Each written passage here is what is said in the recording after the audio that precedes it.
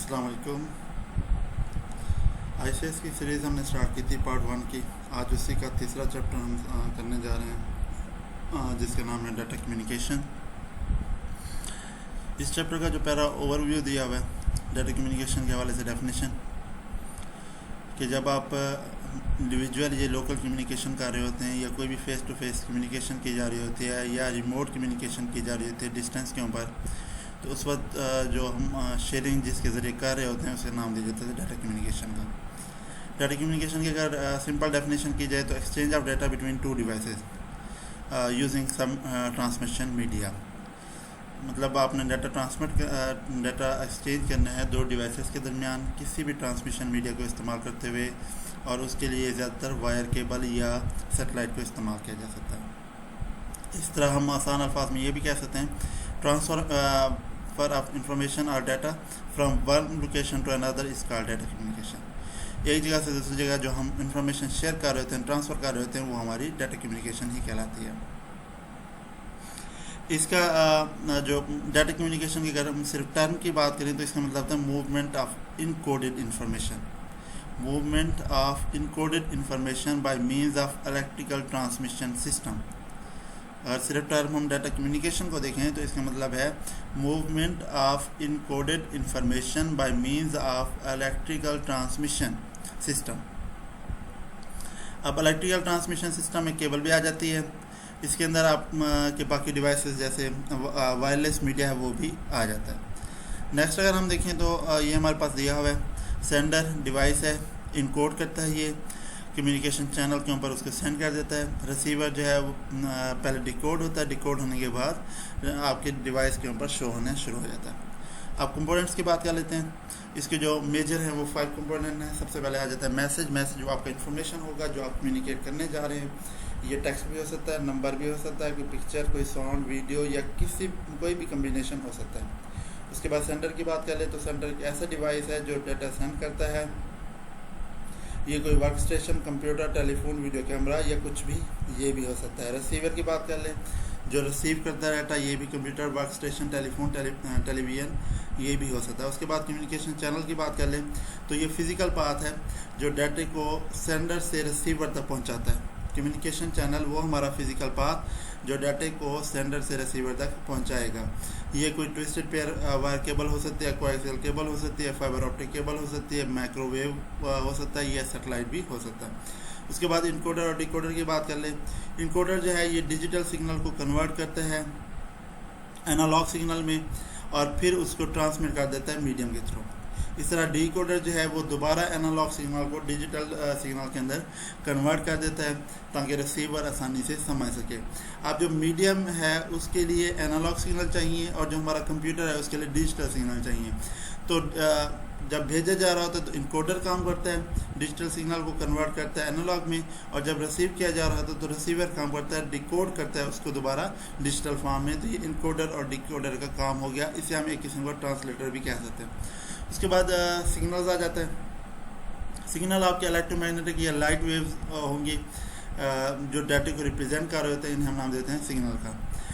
यही सिग्नल्स होते हैं जिसके ज़रिए हम डाटा ट्रांसफ़र करते हैं एक डिवाइस से दूसरे डिवाइस पर कम्युनिकेशन मीडियम को इस्तेमाल करते हुए। डाटा कम्युनिकेशन जो सिग्नल हैं ये एनालॉग भी हो सकते हैं और डिजिटल फॉर्म में भी हो सकते हैं। एनालॉग की अगर हम बात करें तो एनालॉग डाटा सिग्नल ये आपके कंटिन्यूस इलेक्ट्रिकल सिग्नल्स होते हैं in the form of wave.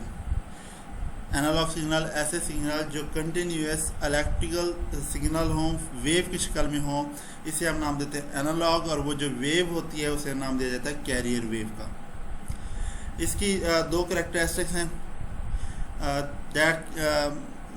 जो यूज़ की जाती है एनालॉग कैरियर वेव्स की, फ्रीक्वेंसी और एम्पलीट्यूड।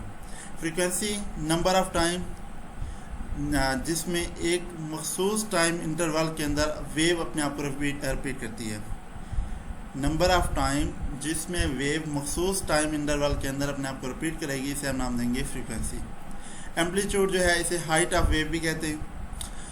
आपकी किसी भी गिवन पीरियड ऑफ टाइम में वेव की हाइट कितनी है वो एम्पलीट्यूड कहलाता है। उसके बाद डिजिटल की बात करें तो digital signal on off electrical process को यूज़ करते हैं, डिसकंटिन्यूस या डिस्क्रीट फॉर्म में हो सकते हैं। ऑन ऑफ इलेक्ट्रिकल पल्सेस को इस्तेमाल करते हुए ये डिसकंटिन्यूस या डिस्क्रीट फॉर्म में हो सकते हैं।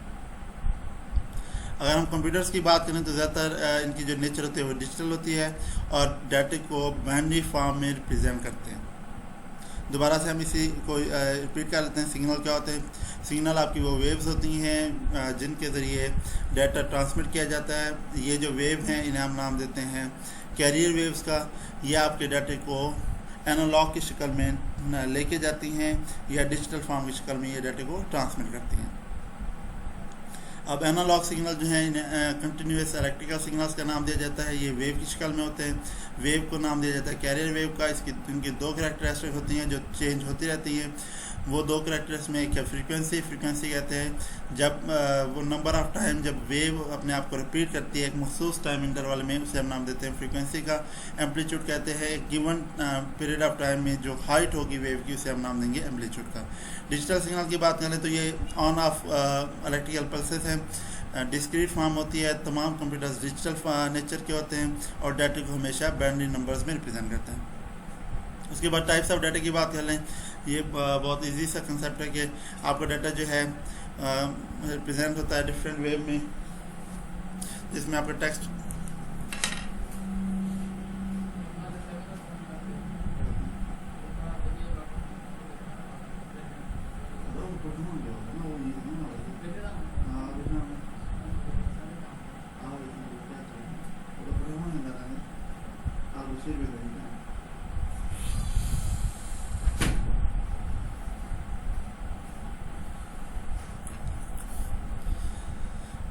डाटा जो है वो आपका टेक्स्ट की शक्ल में, न्यूमेरिक, इमेज या ऑडियो वीडियो की शक्ल में हो सकता है। अब टेक्स्ट की शक्ल में अगर हम बात करें तो ज़्यादातर डाटा जो है ASCII कोड में उसको कन्वर्ट किया जाता है। आपका जो टेक्स्ट होता है बगैर उसे फॉर्मेटिंग के उसे कन्वर्ट कर दिया जाता है ASCII कोड्स के अंदर। न्यूमेरिक की बात करें तो 0 से 9 पॉजिटिव और नेगेटिव हो सकते हैं और डेसिमल पॉइंट में भी हो सकते हैं। इमेज की बात कर लें तो ये आपका ग्राफ, चार्ट, पिक्चर्स और जो आपकी फ्री हैंड ड्राइंग्स हैं ये हो सकती हैं। और ये ज़्यादातर आपका 8 बिट के अंदर पैक होता है। इनको पैक कर दिया जाता है 8 बिट की उसके अंदर पैकेट्स के अंदर। ऑडियो की बात करें ये साउंड रिप्रेजेंटेशन को रिप्रेजेंट करता है। डिजिटल कोड के अंदर इसको कन्वर्ट कर दिया जाता है और जिस सैम्पलिंग से कन्वर्ट किया जाता है तो उसमें जो साउंड वेव्स होती हैं वो 44056 टाइम्स पर सेकेंड होती हैं। 44056 टाइम्स पर सेकेंड वेव पर आपका जो साउंड है उसको कन्वर्ट किया जाता है डिजिटल कोड के अंदर। और हर कोड जो है, जैसे हमने बात की थी इमेज की, 8 बिट का वो पैकेट बनता है तो ये 60 बिट नंबर का पैकेट बनता है या हम सैम्पल कह सकते हैं वो बनता है। उसके बाद वीडियो की बात करें, वीडियो किसी भी कंटिन्यूस एंटिटी के ज़रिए प्रोड्यूस की जा सकती है, जैसे कैमरा हो गया। इसके बाद इसे हम ये भी कह सकते हैं कम्बिनेशन ऑफ इमेजेस है, डिस्क्रीट एंटिटी है। उसके बाद ये ज़्यादातर वीडियो जो है वो एक्शन और मूवमेंट के लिए इस्तेमाल की जाती है। उसके बाद डाटा रिप्रेजेंटेशन की बात करें तो कंप्यूटर जो है वर्क करता है बाइनरी नंबर्स पे। बाइनरी का मतलब हमने कल भी पढ़ लिया था, 0 और 1 टू डिजिट्स हैं, 0 और 1 को रिप्रेजेंट करता है। इलेक्ट्रिकल पल्स जो है वो कंप्यूटर के अंदर ही उसको रिप्रेजेंट किया जाता है। अब वो इस तरह से सकती है कि अगर 1 है तो इसका मतलब है कंप्यूटर ऑन है, 0 है तो इसका मतलब है कंप्यूटर ऑफ है, इनके अब्सेंस है, इलेक्ट्रिकल पल्सेस अब्सेंस हैं। उसके बाद हर बाइनरी डिजिट को एक बिट का नाम दिया जाता है और ये स्मॉलेस्ट एलिमेंट है किसी भी डाटे का। उसके बाद इनकोडिंग ऑफ डाटा की बात कर लें, कंप्यूटर जो है बाइनरी डिजिट्स पर ही काम करता है और ये तमाम जो डाटा ये न्यूमेरिक हो सकता है, नॉन न्यूमेरिक हो सकता है और इनको पहले बाइनरी डिजिट्स के अंदर कन्वर्ट किया जाता है। अब कंप्यूटर जब ट्रांसमिट करता है डाटा तो वो बाइनरी कोड्स के अंदर ही ट्रांसमिट करता है। ये सेंडर और रिसीवर जो होते हैं डाटा के इन स्टैंडर्ड रूल्स का इस्तेमाल करते हैं अंडरस्टैंड करने के लिए। कोडिंग स्कीम जो है कम्युनिकेशन की बाइनरी सिस्टम की वो हमें दी हुई है। यहाँ पे मुख्तलिफ कोडिंग स्कीम्स यूज़ की जाती हैं। सबसे पहली जो है वो है BCD, बाइनरी कोडेड डेसिमल। ये 4 बिट कोड होता है। जो बहुत पहले कंप्यूटर थे वो सारे इसी कोड को यूज़ करते थे किसी भी डाटे को प्रोसेसिंग करने के लिए, किसी भी कोड को प्रोसेसिंग करने के लिए 4 बिट कोड को इस्तेमाल करते थे। बहुत स्लोअर है लेकिन और कॉम्प्लिकेट भी बहुत ज़्यादा हो जाते हैं। मॉडर्न कंप्यूटर में इसको रिप्लेस कर दिया गया और ये ज़्यादा सिर्फ अल्फ़ा न्यूमेरिक को ही कन्वर्ट करते थे, बाकियों को नहीं कर सकते थे। एफडी कोड की अगर हम बात करें तो extended binary coded decimal interchange code, ये तो अक्सर आता है MCQ कि व्हाट डज इबैक्टिक स्टैंड्स फॉर। इसका आंसर यही था, extended binary coded decimal interchange code. 8 bit code है, IBM ने इसको मुतारिफ कराया था। इसका जो है वो ज़्यादा एफिशिएंट है बनिस्बत BCD की नस्बत, और ये जो है ज़्यादा ट्रांसफ़र करता है बिटवीन होस्ट जो इफेक्टिव कोड इस्तेमाल कर रहे हों उनके दरमियान, ये ज़्यादा एफिशिएंटली ट्रांसफ़र करने की सलाहियत रखता है। अब जो ट्रांसमिशन हो रही होती है वो सारी 8 बिट इफेक्टिव करैक्टर्स के ऊपर ही हो रही होती है। अब इनके लिए लाजमी ये है कि दोनों जो सिस्टम है जो ट्रांसफ़र कर रहे हैं वो इफेक्टिव को अंडरस्टैंड कर सकते हों, उनके जो करैक्टर स्कीम है वो इफेक्टिव ही हो। अब उसके बाद ASCII आ जाता है। ASCII की बात करें, American standard code for information interchange, ये 7 बिट कोड है और 128 करैक्टर कम्बिनेशन बना सकता है, जबकि जो 8 बिट होगा इनका वो 256 कम्बिनेशन बनाएगा। इसे अमेरिकन नेशनल स्टैंडर्ड इंस्टीट्यूट ने डेवलप किया और इसका मकसद अल्फ़ा न्यूमेरिक डाटा को हैंडल करना है। और इसका जो सबसे पहला यूज़ था वो यही था, टेक्स्ट फाइल्स को ट्रांसफ़र करना। लेकिन इसमें जैसे पहले था कि इफेक्टिव दोनों सिस्टम पर मौजूद होना चाहिए तब डाटा सही तरीके से ट्रांसफ़र होगा, इसमें ऐसा कुछ भी नहीं होता। उसके बाद यूनिकोड की बात कर लें, 16 बिट कोड है और 65536 सिंबल तक ये रिप्रेजेंट कर सकता है। ये जो है ASCII को रिप्लेस करने के लिए, मुख्तलिफ लेवल्स पर ASCII को रिप्लेस करने के लिए इसको बनाया गया था। एक मैथमेटिकल टेक्निकल सिंबल जितनी भी हैं, जिसे हम UTF यूनिकोड ट्रांसफॉर्मेशन फॉर्मेट का नाम देते हैं, उन सबको ये रिप्रेजेंट करता है, उन सबको ये सपोर्ट करता है और कन्वीनियंट है, बहुत इजी टू यूज़ है। इन्वायरमेंट के अंदर इसको आसानी से यूज़ किया जा सकता है।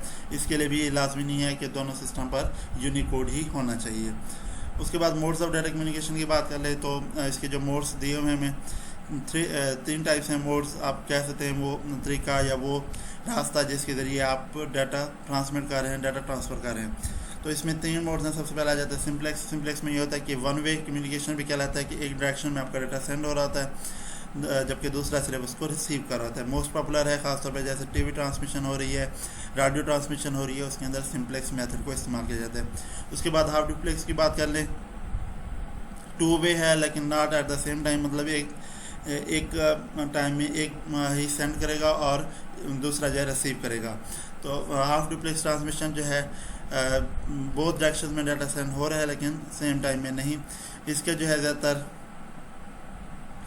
1 lane bridge where 2 way traffic must give way in order to cross only 1 and transmit at a time. अच्छा, इसका अगर हम देखें तो ये वाकी टाकी जितनी भी हैं वो सारे के सारे इसी के फॉर्मेट के ऊपर काम कर रहे हैं।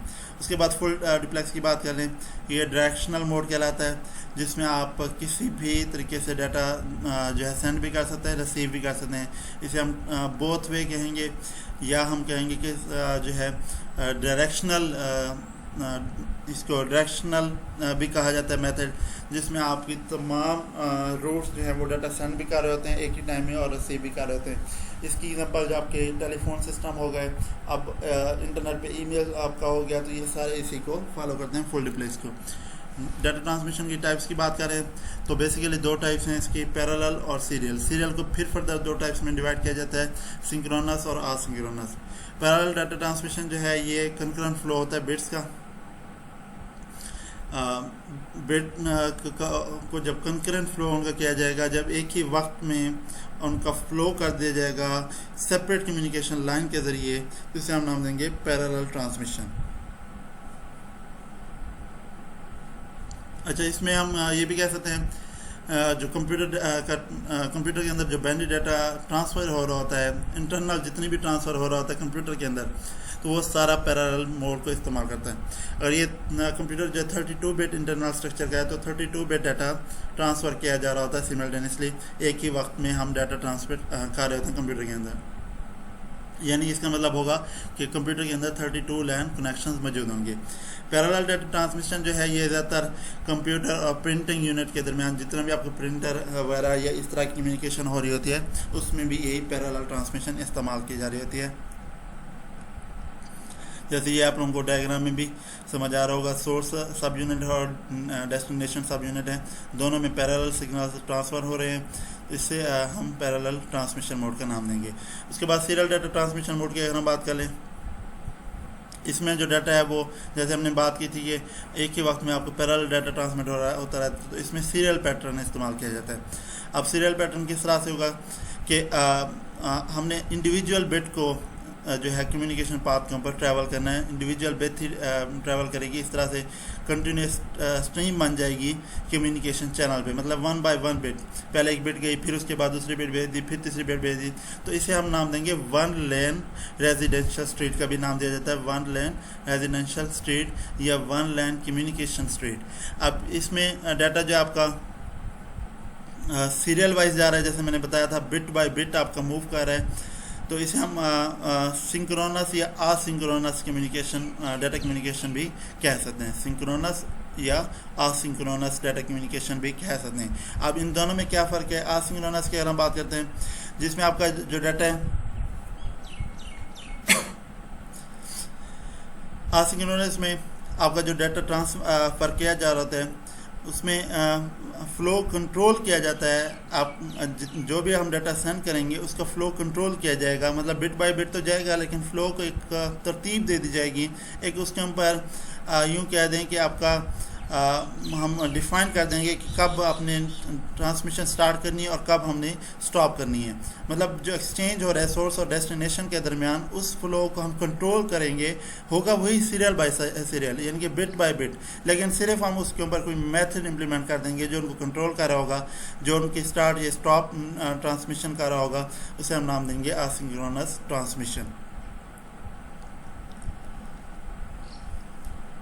अब इसमें होता यही है कि स्टार्ट बिट हमेशा 0 होती है, जबकि जो स्टॉप बिट होती है वो हमेशा 1 होती है। मतलब ये एक मैसेज कन्वे कर दिया जाता है कि जब भी आपको 0 बिट आएगी इसका मतलब है स्टार्ट, और जैसी 1 बिट आएगी जिसका मतलब है स्टॉप। तो एक मेथड इम्प्लीमेंट कर दिया गया सीरियल ट्रांसमिशन के ज़रिए के अंदर ही, उसे हम नाम दे दिया असिंक्रोनस ट्रांसमिशन।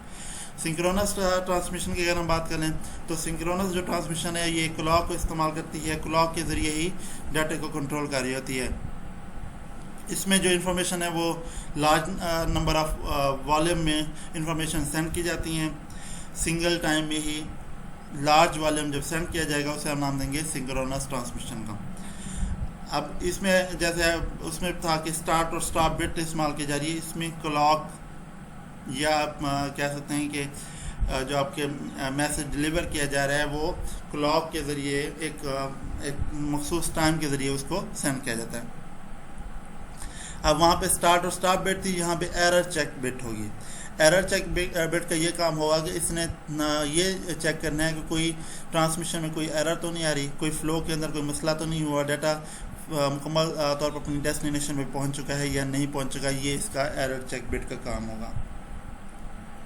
उसके बाद नेक्स्ट टर्म हमारी आ जाती है बैंडविड्थ की। अब अगर हम बात करें, तमाम कम्युनिकेशन मीडिया मुख्तलिफ ट्रांसमिशन स्पीड रखते हैं, हर एक की ट्रांसमिशन स्पीड मुख्तलिफ होती है। जब हम इस ट्रांसमिशन रेट को मैयर करते हैं, कम्युनिकेशन चैनल जितने भी थे उसके ट्रांसमिशन रेट को मैयर करेंगे, उसे हम नाम देंगे बैंडविड्थ। अब बैंडविड्थ में फिर डिफरेंट टर्म्स यूज़ की जाती हैं, जैसे अब बेस बैंड। डिजिटल सिग्नल जितने भी होते हैं उसे हम बेस बैंड सिग्नल का भी नाम देते हैं। ये एक ऐसी कम्युनिकेशन टेक्निक है जिसमें डिजिटल सिग्नल को एक ट्रांसमिशन लाइन से एक ट्रांसमिशन लाइन के ऊपर प्लेस कर दिया जाता है, उनकी मॉड्यूलेशन को चेंज किए बगैर।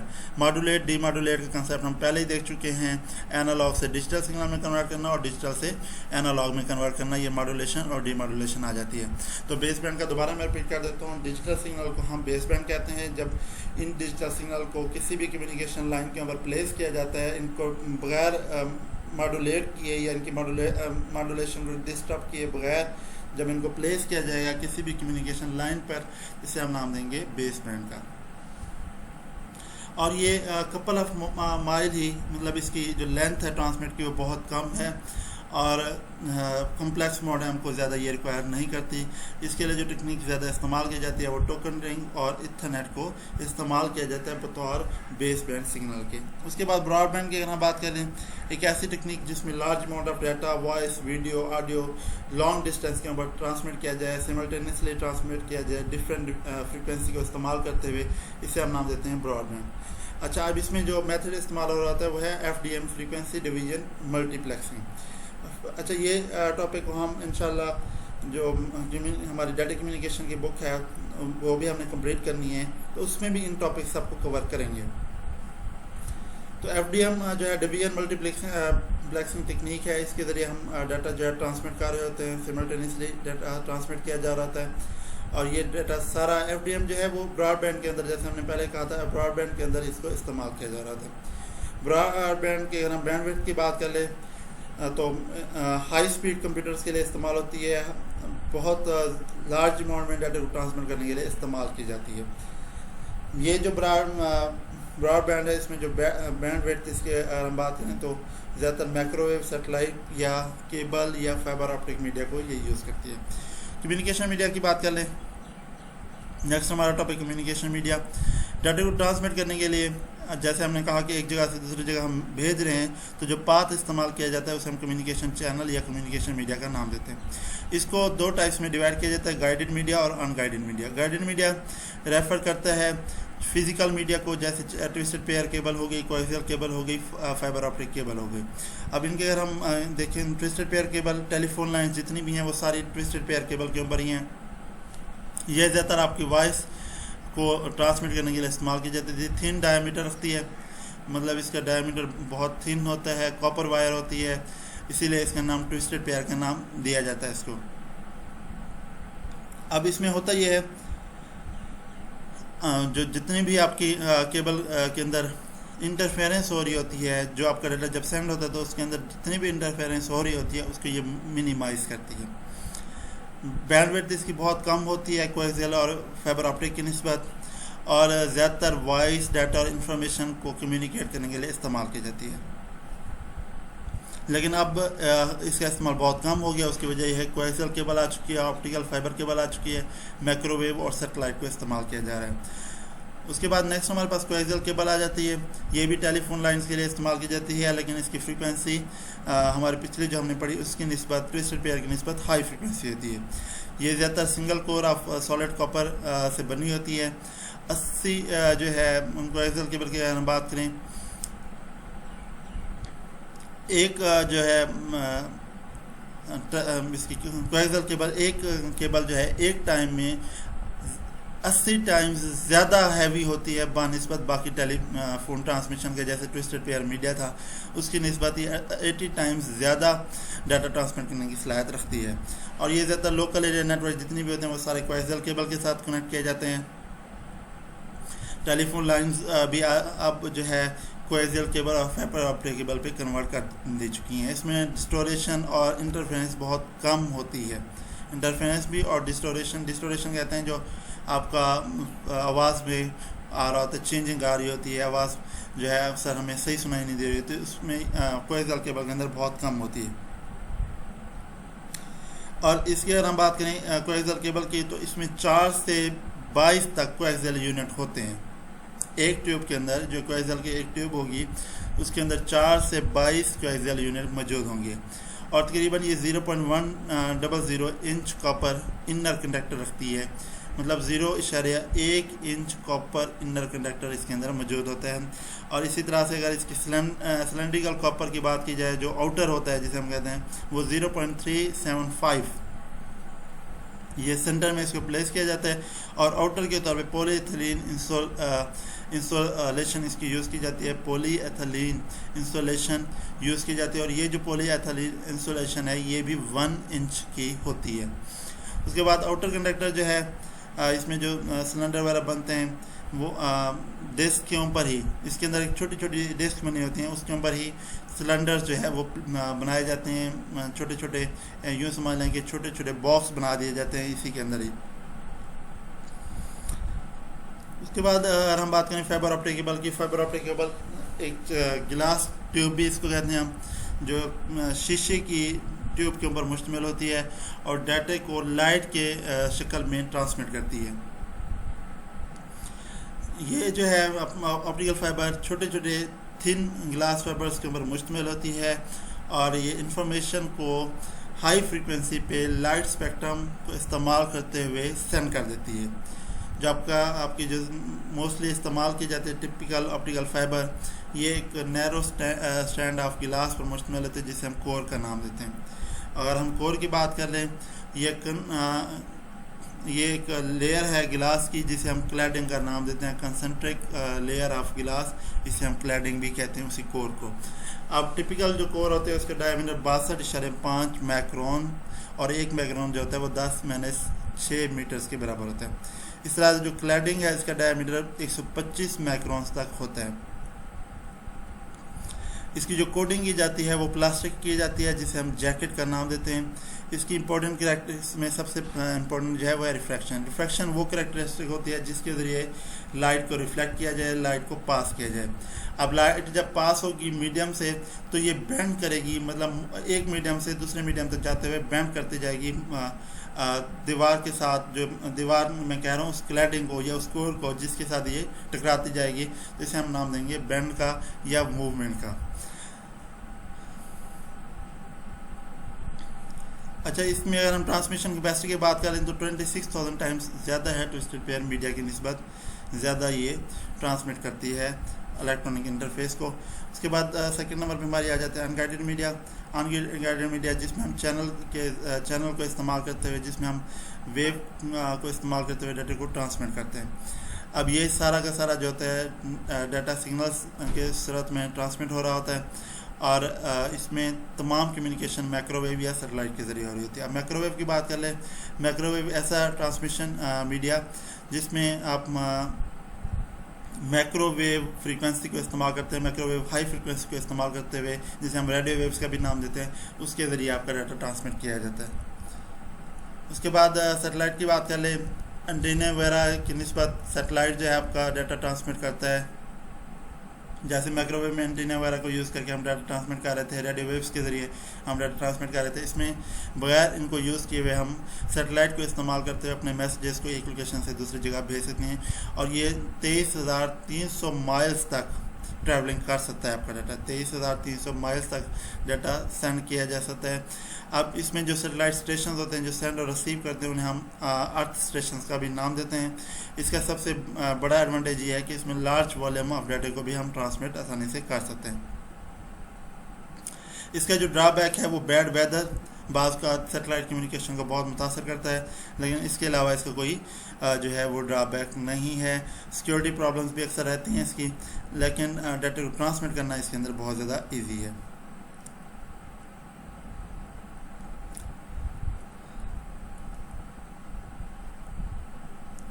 अच्छा, सैटेलाइट कम्युनिकेशन की बात करें तो इसे कम्युनिकेशन वाया सैटेलाइट भी कहा जाता है। ये अर्थ स्टेशन से सैटेलाइट की तरफ सिग्नल्स भेजती है और वो वापस दोबारा बैक अर्थ की तरफ वापस आ जाते हैं। इससे ये होता है जो है इलेक्ट्रॉनिक्स या सोलर पैनल्स की बहुत ज़्यादा इसकी मतलब इनकी ज़रूरत नहीं पड़ती आपको। आप मतलब किसी भी टाइम बैठे हुए सैटेलाइट के अंदर अपना डाटा सेंड करते हैं और वापस वो 2 सेकंड के अंदर ही वापस आ जाता है। ये जो 2 सेकंड का टाइम आ रहा है इसे हम सैटेलाइट डिले का भी नाम देते हैं और यही सैटेलाइट डिले होता है जिसके ज़रिए कम्युनिकेशन पॉसिबल होती है, आपकी सारी कम्युनिकेशन की जाती है।